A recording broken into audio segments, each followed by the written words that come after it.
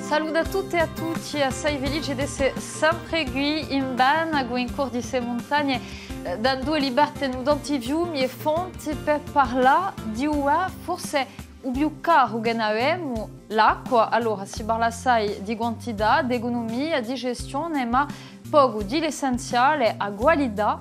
Andiamo a parlare con i nostri invitati specialisti oggi, très scientifici. Bonjour à tous les trois. Marie-Julie, vous êtes hydrobiologiste pour le compte de l'Office d'équipement hydraulique de la Corse. Vous travaillez essentiellement sur les barrages. Vous allez nous parler justement donc de ce travail-là. Sébastien Santoni, vous allez un petit peu plus bas et vous allez donc pouvoir nous expliquer qu'on marche sur l'eau, finalement, quelque part en Corse.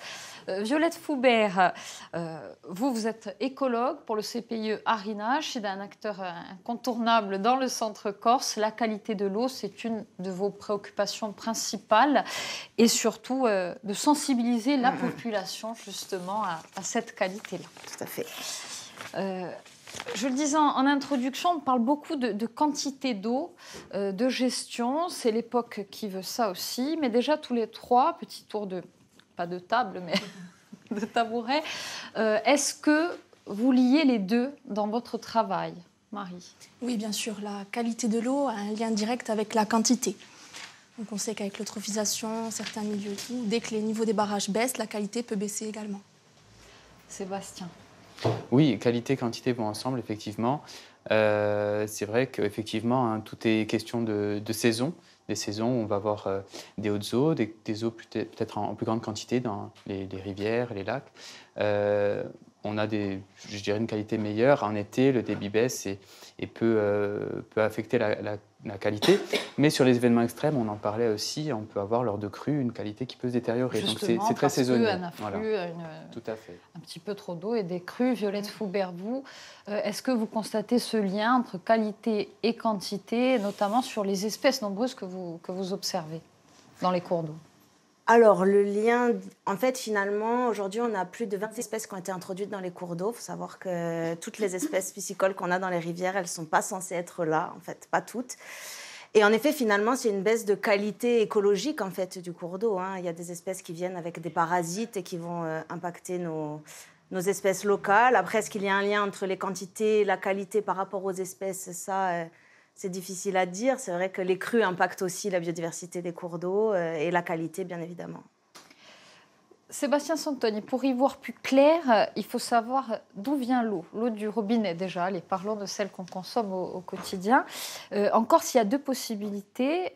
Les eaux de surface, les eaux souterraines. Ici, la répartition, elle s'explique par la ruralité et le fait d'être plutôt dans le milieu urbain.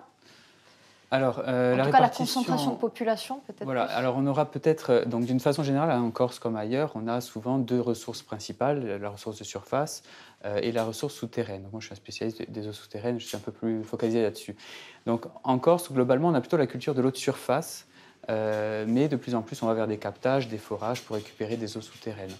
Dans les grandes agglomérations, on a besoin de grands volumes. On est plutôt sur des ressources d'eau de surface, des grands barrages, ce genre de choses. Mais de plus en plus, et surtout dans le rural, on fait appel à des captages, à des forages. Et on reste aussi parfois encore connecté aux cours d'eau de surface. On va parler donc de ces différents modes pour capter l'eau. Mais Violette Foubert, vous, les collectivités, les intercos notamment, font appel à vous pour vulgariser un petit peu tout ça. Est-ce que les gens savent ce qu'ils boivent? Eh bien, pas toujours, non. C'est vrai que nous, on fait souvent appel à nous pour faire du lien entre justement la population et les politiques publiques. Et en ce moment, beaucoup sur le sujet de l'eau, c'est vrai. On parle beaucoup de quantité, mais c'est vrai que je me rends compte qu'il y a dans la population beaucoup d'interrogations sur la qualité, notamment par rapport aux pollutions domestiques, etc. Et c'était quoi la question déjà de Est-ce qu'ils savent? Ah oui, est-ce qu'ils savent? Est-ce que les gens sont bien renseignés? Non, en général, souvent on introduit nos animations par d'où vient l'eau de votre robinet. Eh bien, quelles sont les réponses? Eh bien, ils ne savent pas. Non, très peu savent. Et ce qui pose aussi la question après de la qualité de l'eau que la population boit. Ils ne savent pas du coup si elle est de bonne qualité et pourquoi et comment. Et il y a une petite défiance parfois justement par rapport à cette qualité. Finalement, c'est un petit peu la discussion qu'on a aujourd'hui de savoir où est-ce qu'on capte l'eau, pourquoi. On a parlé donc des eaux de surface des barrages comme la source principale en Corse, ne serait-ce que par rapport aux populations qui y font appel. Mais est-ce qu'on gagnerait à aller un petit peu plus bas, la chercher en dessous? Oui, alors, comme on le disait sur les premières questions, le lien qualité-quantité, effectivement. C'est sûr que sur des grands ouvrages, des barrages, on a quelque part ce luxe parfois d'avoir des volumes conséquents, avec une grande technicité aussi parfois pour maîtriser cette qualité qui est finalement très variable, on le disait. Il y a des moments où l'eau va être de meilleure qualité que d'autres. Alors que sur l'utilisation des eaux souterraines, c'est des volumes qui peuvent parfois être un peu plus modestes, quoique des endroits sont parfois beaucoup plus dotés, je dirais, des réservoirs, des gisements assez importants. Et la qualité... Qu'on ne soupçonnait peut-être pas jusqu'à récemment. Peut-être qu'on a sous-investigué, je dirais, même si on l'utilise quand même en Corse, surtout sur le littoral. Mais la qualité de l'eau souterraine est généralement beaucoup plus stable. Donc ça donne beaucoup moins de... Parce qu'on comprend qu'elles sont un peu moins soumises aux intempéries. Exactement, notamment. Oui. Mais cette stabilité, au fil du temps, des âges, presque, elle vient de quoi aussi? Parce qu'on a des volumes assez conséquents dans le domaine souterrain. On a l'eau de pluie qui ruisselle ou qui s'infiltre. Au moment de cette infiltration, on a déjà une qualité qui va être préservée. Et cette eau, après, est relativement peu en contact avec la surface et va pouvoir être préservée. Comment on le sait? Comment on peut dire qu'elle est ancienne, cette eau-là? Alors, on a, à l'université, nous, on utilise beaucoup certains traceurs, donc des composés naturellement présents dans l'eau, qui vont nous permettre de dater l'eau. Si c'est des eaux très anciennes, on peut utiliser le carbone 14, ça parlera à tout le monde.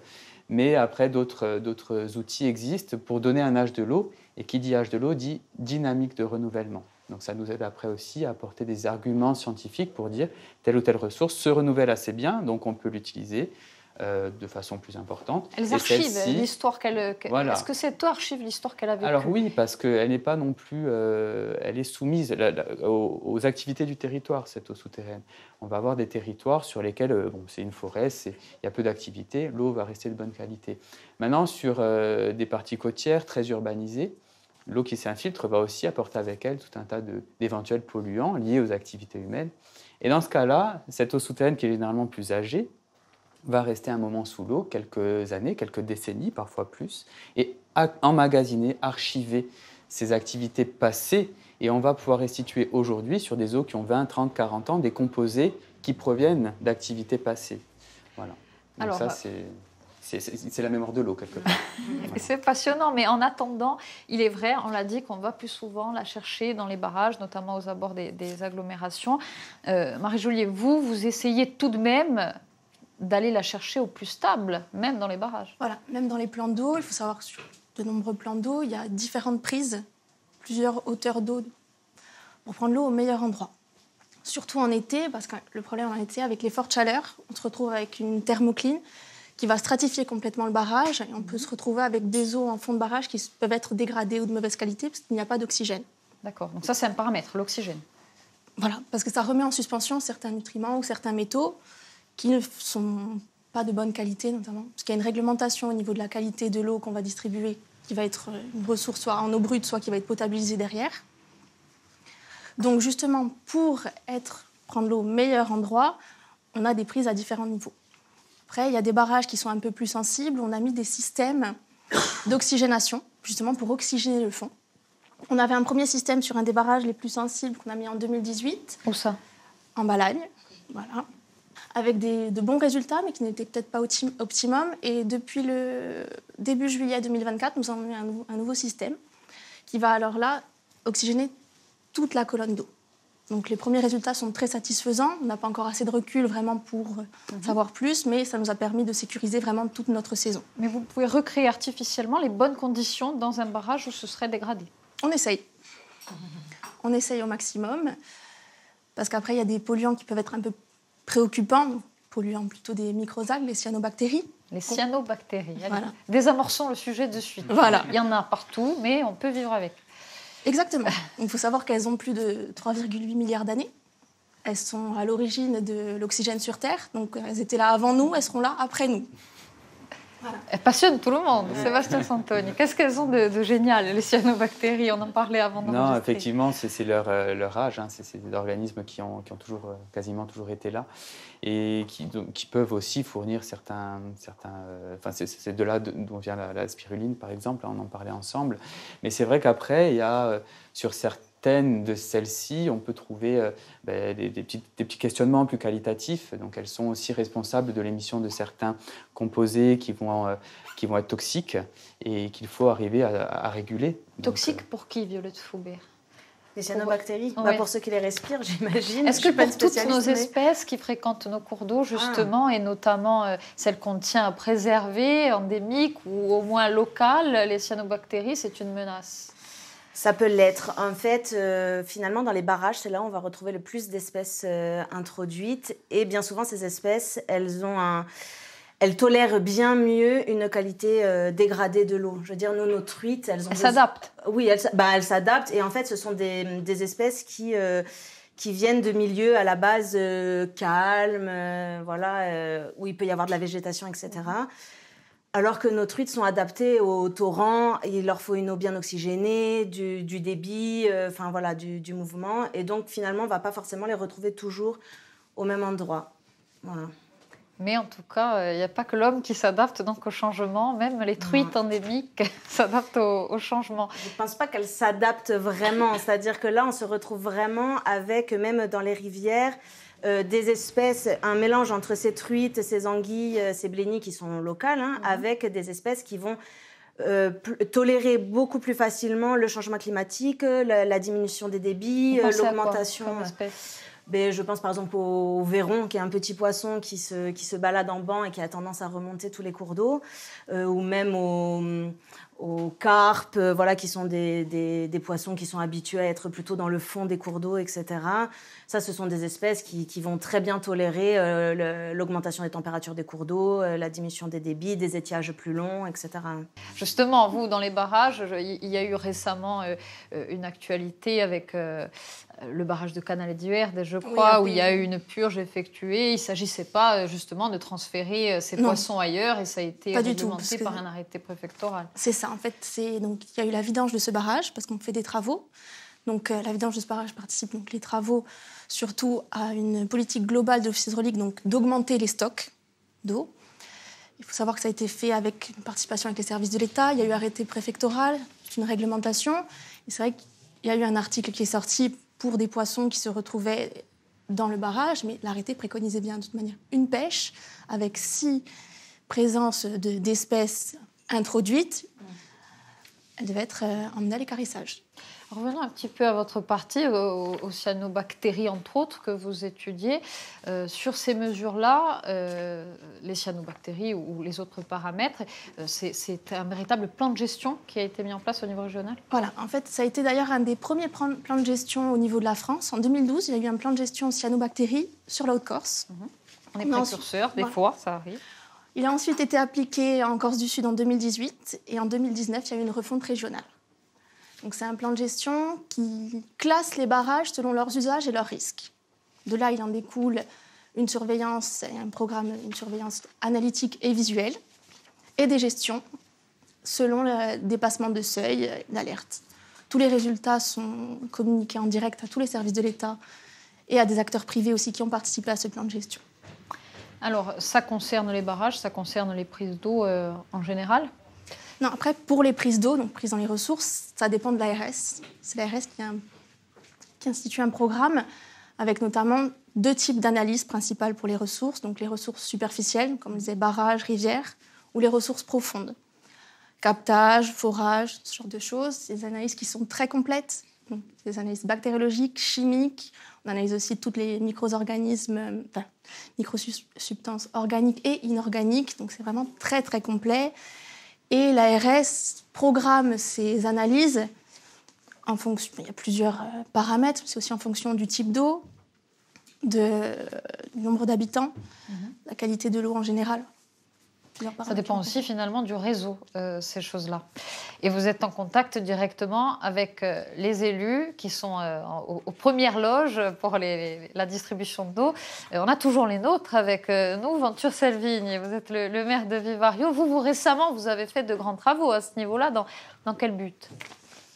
Donc, comme vous disiez en début d'émission, je veux dire, c'est une préoccupation principale, la qualité de l'eau. Donc, nous avions un réseau d'eau qui était particulièrement vétuste, qui avait plus de 60 ans, qui plus est, était amiantifère.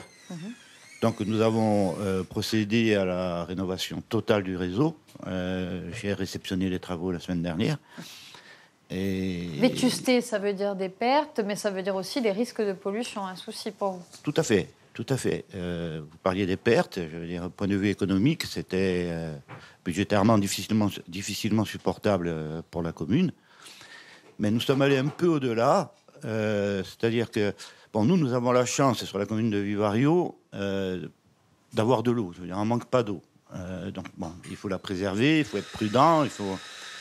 et donc, nous sommes allés au-delà, puisque... pour distribuer vraiment de l'eau potable, nous avons une station de traitement de l'eau à Vite-Savode.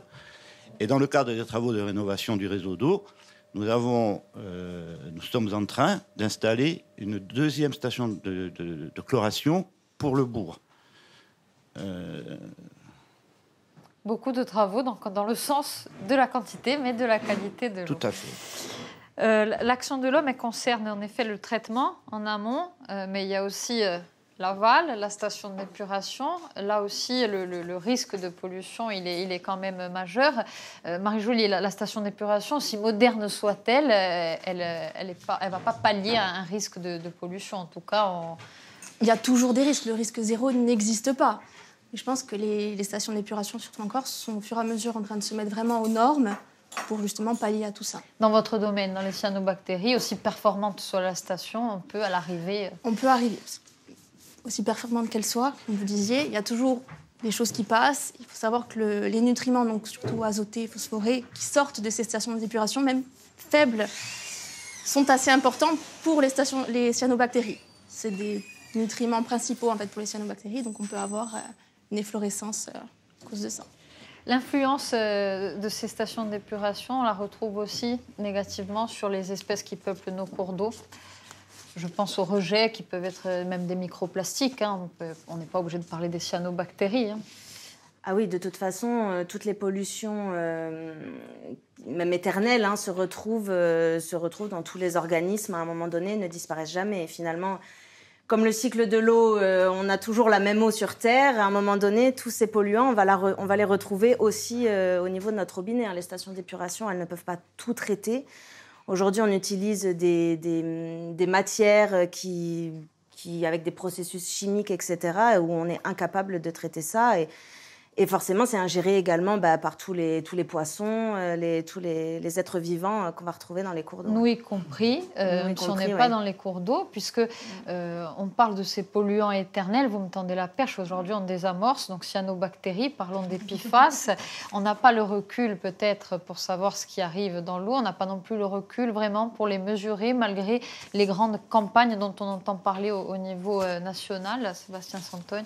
Oui, après, sur la détection, la quantification, il y a quand même des techniques qui permettent de mettre en évidence ces composés-là. Bon, je ne suis pas un spécialiste de ces composés, mais c'est vrai qu'il y a une réglementation... Le débat s'est invité même à l'Assemblée nationale, une réglementation qui va un peu trop vite peut-être pour les scientifiques que vous êtes. Alors après, c'est vrai que les publics commencent à sortir sur leur nature, sur les méthodes pour bien les identifier, les quantifier, sur leur impact sur l'environnement, sur la santé. Ça sort petit à petit. Et il est normal qu'avec la législation tendent à s'aligner avec ces nouvelles connaissances. Donc il n'est pas surprenant de voir arriver au moins une volonté de pouvoir maîtriser ce problème qui est en train de venir. Après, c'est sûr qu'on progresse progressivement, mais peut-être qu'il y a des éléments à ajouter. À partir de 2026, ça va rentrer dans la surveillance réglementaire de la qualité de l'eau qu'on va surveiller. C'est au niveau européen.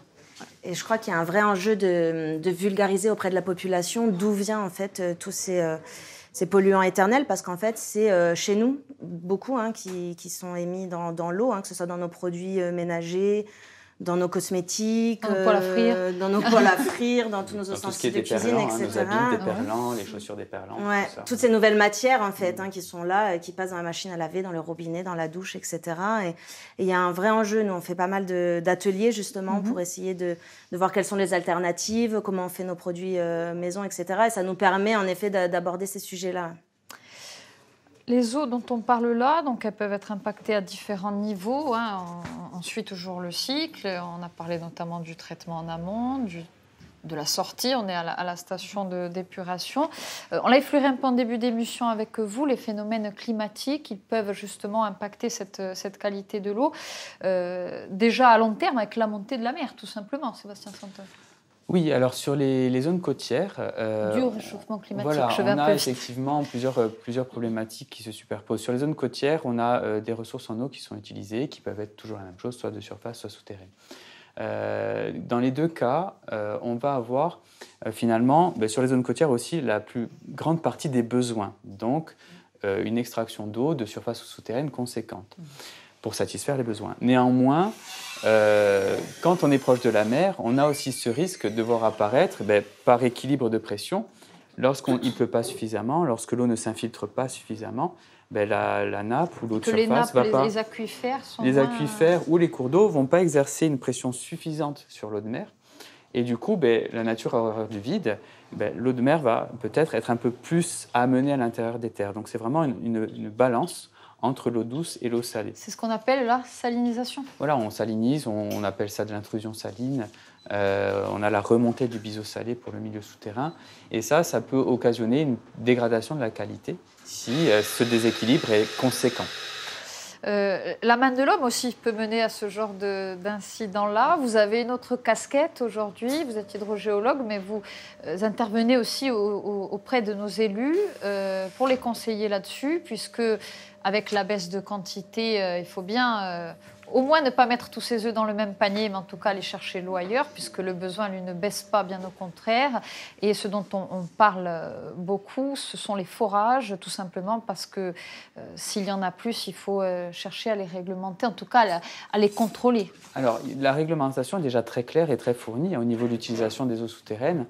Donc oui, effectivement, comme on l'a vu même l'année dernière sur Corté, avec des épisodes de crues importants, on peut avoir des ressources en eau de surface qui sont momentanément indisponibles. Et c'est toujours bien de pouvoir compter sur des ressources complémentaires, Corté de diversifier. Qui justement le fait. Exactement, diversifier ces ressources. Donc on a vu l'année dernière, lorsque la prise d'eau a été impactée, on a pu se rabattre sur le champ captant dans le Tavignan, auprès de l'aérodrome, qui capte des eaux souterraines et qui a pu alimenter la ville. Donc dans cette même stratégie, faire appel à des forages pour faire un complément ou pour alimenter totalement une commune, ça se voit de plus en plus, c'est encadré par la loi, notamment du point de vue des volumes et de la quantité. C'est respecté absolument, puisque pour autoriser la mise en exploitation de ces ouvrages, il faut une autorisation et pour ça, il y a une expertise sanitaire qui est faite par des hydrogéologues sur la base de documents fournis par des études très approfondies. Et à partir de là, on évalue et on assure de la salubrité de l'eau et on fait des préconisations. Donc vous intervenez avant et après? Alors oui, il y a des études préalables qui sont souvent faites. Enfin, on fait l'ouvrage, évidemment. À un moment donné, il faut que l'ouvrage apparaisse. À partir de ce moment-là, on détermine ses capacités physiques à fournir de l'eau en quantité suffisante pour être exploitée de façon rentable. Et derrière, on étudie les risques sanitaires associés. Alors justement, deuxième élu du jour, il nous accueille quand même, David Pifferigne. Et vous, à Venaco, vous avez fait ce choix de ne pas mettre vos œufs dans le même panier, justement, récemment. Oui, effectivement, nous, on a commencé des travaux justement sur les ressources en eau. Et nous, on part sur du forage. Parce qu'on a des prises d'eau en rivière.